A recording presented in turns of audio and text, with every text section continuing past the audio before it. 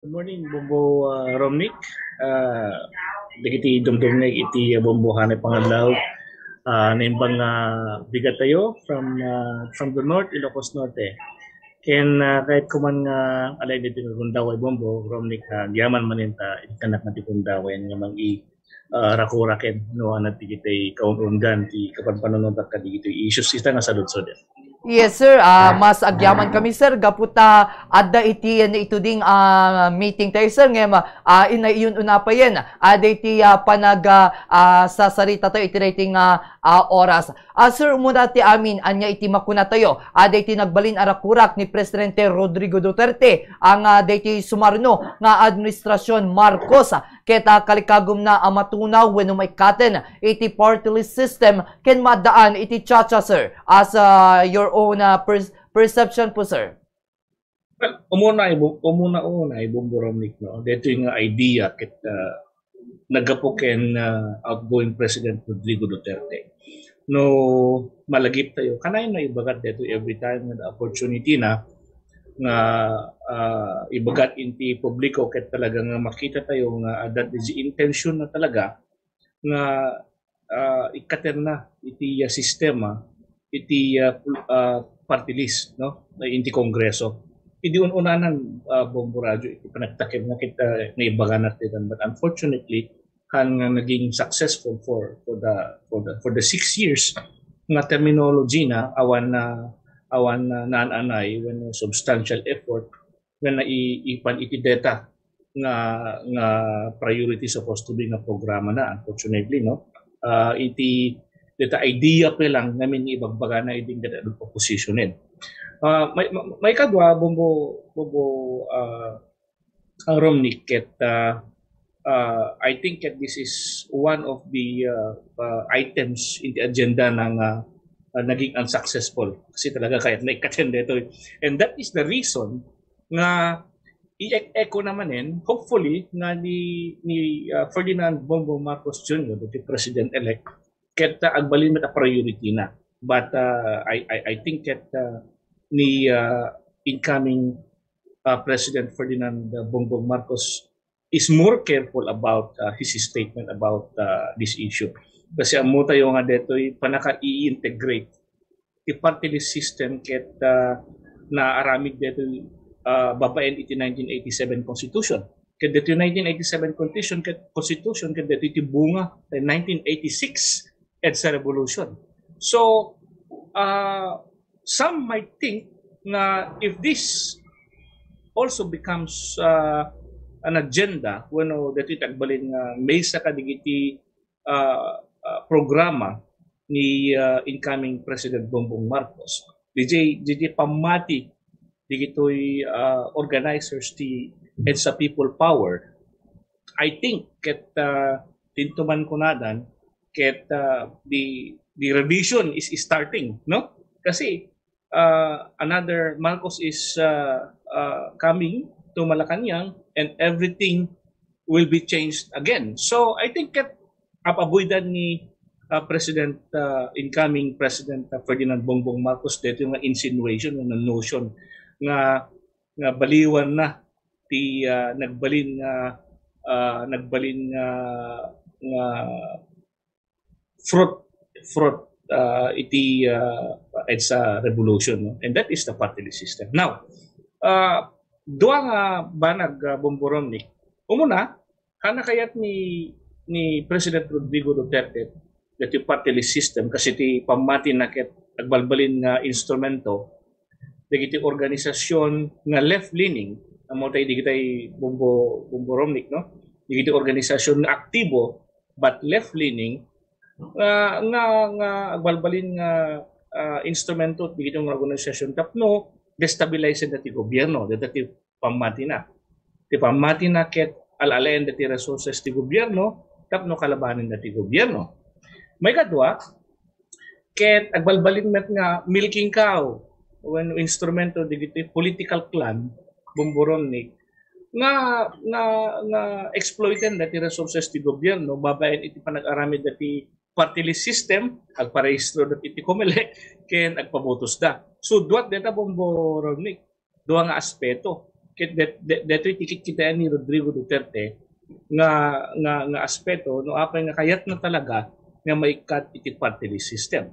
Ngayon no kita enta yung ti intention bomborom ni ti 1987 Constitution ket napintas babaen iti dayto yung instrumento no babaen iti dayto yung party list system nga na-integrate iti konstitusyon tayo, iti pagalagadan tayo, iti madamang pagalagadan tayo ita. Ket may ikan, iti nananay, nga importansya, digiti sektor, nga hanon nga panpansinen, digiti district representatives, nga naelektaran, iti tumunggal distrito, iti probinsya. Kas pagarigan, digiti agtaltalon, digiti agkalkalap, digiti IPIS, digiti maralita bomboromnik no so dito iti intention ti binteg tapno digitay underprivileged digitay unrepresented digitay marginalized sector may kandat iti representante inti kongreso may kandat iti tingiwat may kandat iti lapayag may kandat iti mata representante tapno may ikan iti nananay nga importansya digiti problema nga sagsagrapen da may kan iti solusyon babayin iti representante iti party list group o party list organization da so napintas ti notion na ngamin dita bomborom niket ano na nga may ikan iti nananay nga importansya digitoy adat iti laylayan no digiti maralita at iti focus iti Congress get more of the national aspect in terms of building the economy no nangato nga level so mabaybayan digitay medyo adat iti langlanga lang ken digitay unay nga makikita iti sa syudad. So, napintas dito eh. So, dito proposal na ng katenda, I think that this will be very disadvantageous to this group of people. Di kita IPs tayo. Nga despite the law, na magprotektar kada kung ada ka, dapat ikantinan nga protection ti gobyerno. Digito adat iti labor sector aging ganat ket ilablaban pa lang digito adat iti labor sector ti nanay nga napintas nga estado iti panagtrabaho no digiti women empowerment adot digiti issues nga dapat nga maresolba ket digito nga issues iti pagkapkapuan nga digito nga sektor iti gobyerno nga irepresentar ti party list system bombo Romney. Yes, sir. Sir, Professor Benigno, sir, in other words, saan ka nga umanugot dahil panakiikata iti party list system, sir? Haan nga napintas ti epekto na no ikaten ti gobyerno ti party list system. If there is a problem, no ti problema ti gobyerno ket agbalbaling instrumento dito itapno maalukoy digitoy left-leaning organizations nga mangala ti resources ti gobyerno tapno kalabanan ng gobyerno wano agbalbaling instrumento digitoy influential political clans tapno maala da ti share da from the government ket oseran da ti private interest da no data ti problema ti solution na bomborom ni nga amok nga nananay ken mas napinpintas ket i-strengthen da digiti pagalagadan iti panang accredit ti party list organizations. So dito ka dapat i-strengthen da imbes ko mga ikatenda i-strengthen da because to ikatenda dito mapukaw ti representation. Ket ti essence bumburang ni ti essence ti demokrasya ket ti representasyon ti tao ti gobyerno. And then you remove this system ikatem ti representasyon dagito itabtao nga hanon nga may represent ti gobyerno. So, hanga napintas ti maging epekto na. But, no i-strengthen da, dito'y mechanism na pang-screen, pang-evaluate yan, pang-accredit ti party list system. No, makita da, no, hanga dito na, baka dito nga party list system, ket inaramid met lang ti political clan, wenno political dynasty, tapno ada position ti anak na wenno kabagyan na tapno makaalad at kwarta gobyerno, no? Wenno assuming agbalbalin nga instrumento dagiti kalaban iti gobyerno tapno i-destabilize dati gobyerno met lang ket digiti endang aspeto can i-strengthen da kahit nasa wen ket imurian dat digiti nga guidelines nayunan da kurangan da no kayat da tapno maananay iti panaka-accredit digiti nga party list organizations. Yes, sir. Sir Professor Benigno, no bilang man may katdagiti party list system diti pagriento Pilipinas, particularly inton sumarinong eleksyon, dakkel problema dito para kadatoy a Pilipino sir gaputa awanton iti mangipresentar wenno mangibagi iti maysa nga grupo wenno organisasyon like kumadagiti nadakama tayo Manalon, mabalimpay dagiti mangisurusuro kenda dumapay sir. Exactly, Bombo Romnick. 73% of the members of the Congress, itangagdama, no adapay update na data, are members of political clan, are members of political dynasty, no? So, no ikatem deta nga sistema, no ikatem deta nga representasyon at nga inikat mo ti oportunidad digiti adat iti sektor nga ano nga may ikat iti importansya na nga adda boses nat iti kongreso nga mangiwanwan ken to make it sure that the interest of this group is protected, no? The welfare da ken interest da. So no may kat data nga sistema ket agsublite man DJ naging experience tayo in the 1970s ken 1980s. Apay bomborom ni. This will help solve the problem of poverty. Ti reason na no apay ada rebellion bomborom ni. Ket detoy kurang ti representasyon, ada injustice, dakkel ti agwat ti nagpobre ken digiti babaktang, no? So inequity bomborom ni. Ken katen detay adda nga dumakkel ti agwat ti nagpobre ken napanglaw, digiti napopobre gaputa awan sabalin bomborom ni nga opsyon da kasi naikat met ti representasyon dat iti kongreso anang pa iti opsyon da mapandat iti bantay. So agsubli daman nagbalin nga rebelden ken kalabanen dati gobyerno. So I think digiti para pampanunod tayo iti kongreso ken dati sumansanong nga leadership, they have to be more careful na nadanon tayo iti panawen nga ada oportunidad tayo no napintas ti pinangiwanwan ti gobyerno ket ada oportunidad tayo ang progreso. No ma-mishandle detoy bomborom ni kasat detoy bagbagada kay katendad deto nga aspeto ti sistema tayo iti kongreso. This is a dangerous move because this will foment destabilization. This will foment tawag dito, this will foment or this will propel bomboromnik people to go out of the streets to claim what is right and to claim what is due to them, or if not mabalin nga dito timang push kadigiti tao nga biktima iti inequity nga makijoin manen kadigiti subversive organization. So this should not be mishandled. Dapat kita pampanunot dito economic thinkers ti sumaruno nga leadership, especially dito manginendel ti peace and order program ni incoming President Ferdinand Bongbong Marcos. Kasi no kamalit detoy agsublita ito man iti sitwasyon tayo din there's going to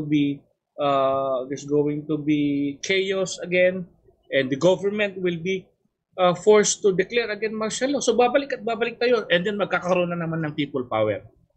So I think that's the ultimate scenario, no? Worst case pa rin. But aalisin yan, most likely people will go to the streets and there's going to be people power. Yes, Professor Benigno sir, siya sino kaditi adati authority na wenno ti ag desisyon, mabalin amang ikat dati party list system at tilaing kadi presidente ti Pilipinas or wenno dumalan pa iti pagpanday wenno na nga to pagpandayan linteg like iti Senado sir.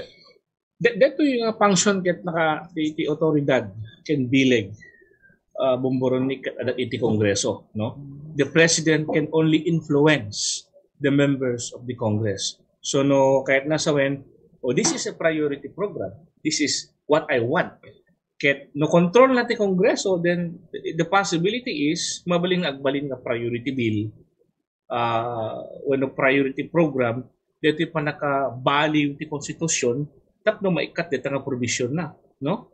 Kastamit inta Senado. Kastamit inta Senado. So no majority of the members of the Senate is allied to the president. Ang problema kasi kayang-kaya nang influence at decision da. So, dito nga question Bombo Romnick, it's up for the members of the Congress. No, kaya da nga padala ti influensya ti presidente, executive department kasi separate dito. Both are separate departments ket ada independence da. So dapat padalos-dalos ti members ti Kongreso both sa lower house and the upper house kasi ang balitumet nga haan nga napintas na decision da no kas pagarigan man nga padalada iti data nga decision ni president ket this will be a bad decision and history will judge them. Yes, Professor Benigno, dati rakurak ni Presidente Rodrigo Duterte ket arig na ket saan pay nakatugaw ni President Bongbong Marcos Jr. ket arig na ket dikdiktaran nan dati agbalin nga addang dati aramiden ni Marcos. Sir, anya iti makunayo anya iti komentoyo sir gaputa arig na ket uray agsukaten iti administrasyon ngem arig na ket adalata iti ibagbaga wenno adalata ti mandar iti dati outgoing administration Duterte sir. No, siya ni Ferdinand Bongbong Marcos, I will not be influenced by that statement of outgoing President Rodrigo Duterte, no? Ang motimate ni President Rodrigo Duterte reckless sa uno na duma ket adto tay bagbaga nga nasayat para iti pagilyan, no? And para kadagiti tattao. I think that this is a way of trying to influence Bongbong Marcos kasi teko na kon Bongbong na i-explain ko tay dito yung programa na kita na achieve for 6 years, no? Takem isun as presidente hana na achieve dito kasi every time nga ada move idi nga amendaran ti constitution adot opposition, no? There were resistance. So narigat dito nagbaling nga debacle ni President Rodrigo Duterte nga kayat na nga sukatan ti constitution, no? Remember Bombo Romnick, hala nga dito ti nagbaling nga failure na in terms of the things that he wanted to do during his presidency. Hanapay na achieve diyay nag-shift the gobyerno from this system to a federal system of government. So I think what he is doing right now is he's just trying to influence the decision of the incoming President Ferdinand Bongbong Marcos no ibabaen iti dayto yung issue, no? Kaya tekonakon unlike President Duterte, Bongbong Marcos is more careful. Na nakita tayo no kasunod pinagsaunan inti interviews na iti statement na these are calculated statements to make sure nga nag-create iso naman iti problema, no? Kasi this is one thing that he is trying to do, no? As much as possible he wants to project a different Marcos. Digiti critics na ibagbaga that this is the same Ferdinand Marcos, no? But ibagbaga na Bomboromnik that he is different from his father. Ken dito iti oportunidad para kadigito yung Marcos clan nga magipakita iti si Bubukel sa ngalubungan wenno iti si Bubukel ang nasyon nga they are not what the popular common notion di ba ti wenno ti kunak ko mabumburam ni ket they are not what people think they are, no? Nagrigat nga Ilocano data, no? Kasi this is the only opportunity for President Bongbong Marcos to tell to the world, to tell to the critics, to the Filipino people that we are not what you think we are. So he is more careful right now, I think, unlike the predecessor na medyo reckless. Yes, Professor Benigno, iti pay sabali nga inakurak ni Presidente Duterte, kahit na nga maadaan tayo ti Chacha, sir. Anya iti makuna tayo dati, sir, ada ka diti pagerbisyaran da tayo a Pilipino, dati maadaan tayo ti Chacha. Panang sukat namin iti Constitution that it's number one, it's complicated. The legal issues itang involved, and number two is that the notion nga masuktan iti provision ti Constitution ket tahan nga popular, no, para kadigiti tao. No, every time nga ada digitay issues when attempt na ti present na gobyerno ket sukatan na ti Constitution ket agresistis si Bubukel sa ngalubungan. So si Bubukel nga pagilian kung naggaya man sa ngalubungan. So kaya na sa Bomboromnik, I would say nga despite that ibagbagaman ni President Rodrigo Duterte na dapat ket agkaron iti Chacha. And then again he failed during his presidency. He failed kasi talaga nga ada resistance. And the resistance, it comes from the people. Kasi dito yung 1987 Constitution, this is the ideal Constitution, no? Napintas dito nga linteg ita, no? Very democratic, but of course there are issues nga dapat nga i-resolve tayo dito. Kasi hamit lang substance ti linteg ti issue dita. May kadua ket digitay logistics kada resources nga masapol ti gobyerno tapno ma-implement iti pagalagadan wenno linteg ken ti kultura ti Pilipino as a whole. Ana ba ti kultura tayo? Does it really fit the laws provided or enacted by our legislature? So these are things, no? But no ti usapan Bomboromnik ni ket sukatan man ti linteg. I would say that dakkel ti resistance when opposition nga agdakot inti tao mismo. So I do not think that this will be one of the priority of the incoming President of the Republic. Yes, Professor Benigno, iti sabali abangir, datay metket din iti linya, sumagmamanong aldawen kalpasan da iti panagpipili iti Mayo 9, 2022, kas may sa political analyst, sir, iti panangarisit tayo, adda ka din tupay, iti tsansa na nga makahabol, dagiti adda iti may kadwa agpababa a pwesto, gaputa sipud, iti pailaeng survey, agpapana karagiting partial ken unofficial council keta umuno na lata iti pwesto ada data senador Bongbong Marcos Jr. ken kasapayan iti kina presidente ni Mayor Sara Duterte, sir. Anya ti makuna tayo dating rumrumwar a resulta, sir? No, ti pagibasehan tayo Bomboromnik ket detay more than 31 million votes nagbotos ken Ferdinand Bongbong Marcos Jr. ket I would say nga statistically improbable yan nga makaabot pa digiti sumarsarno kanya, especially ni Vice President Leni Robredo ken adat inti may katlong nga pwesto, no? Dakkel dito nga agwat ket I would say nga improbable ket expectaren tayo nga talaga nga timangabak ken tinangabak iti daytoy nga election kasi there's no possibility nga daytoy nga number nga nakadakkel no 31 million voters ket nakusit daytoy no, except of course hindi pa tapos ang counting ng NAMFREL. Tapos na ba? Hindi pa. And NAMFREL I think is NAMFREL PPCRB, I'm sorry. I should say PPCRB. Ni PPCRB ket manual counting na to check against the result of the computerized vote. So let us see.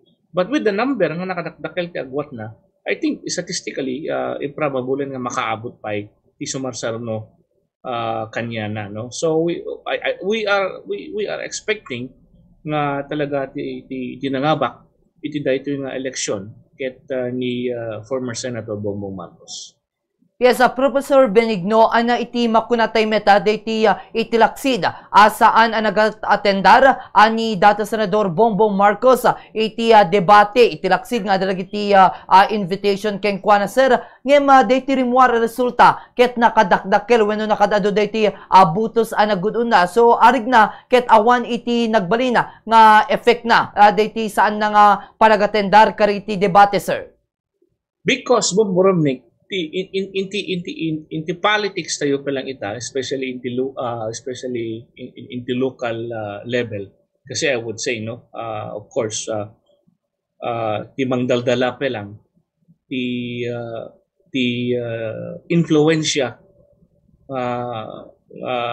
ti factor na kung nagaya mo Boromik, ti factor na pa lang ita, ti factor nga mang motivate digito electorate nga agpili iti kandidato da is popularism no sino ti sikat no sino ti sikat ket may kadua of course ket no sino ti underdog makita tayo nga dagiti I think Bomboromnik it's about strategy no napintas ti campaign strategy iti kampo ni Bongbong Marcos versus the campaign strategy ti may isang kalaban ang ni Leni Robredo. Nakita tayo yung difference na no.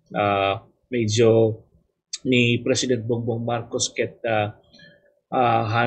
kimbagat kadigitay karit iti napigsa nga kalaban na ket nagbalinde ito yung strength na. So less he talks about his detractors ket naging positive kanya na iti panagkita iti tao. Ti kunang Bomboromniken hanman napan iso na nakidebate ket nagpa-interview met iso na. So I think between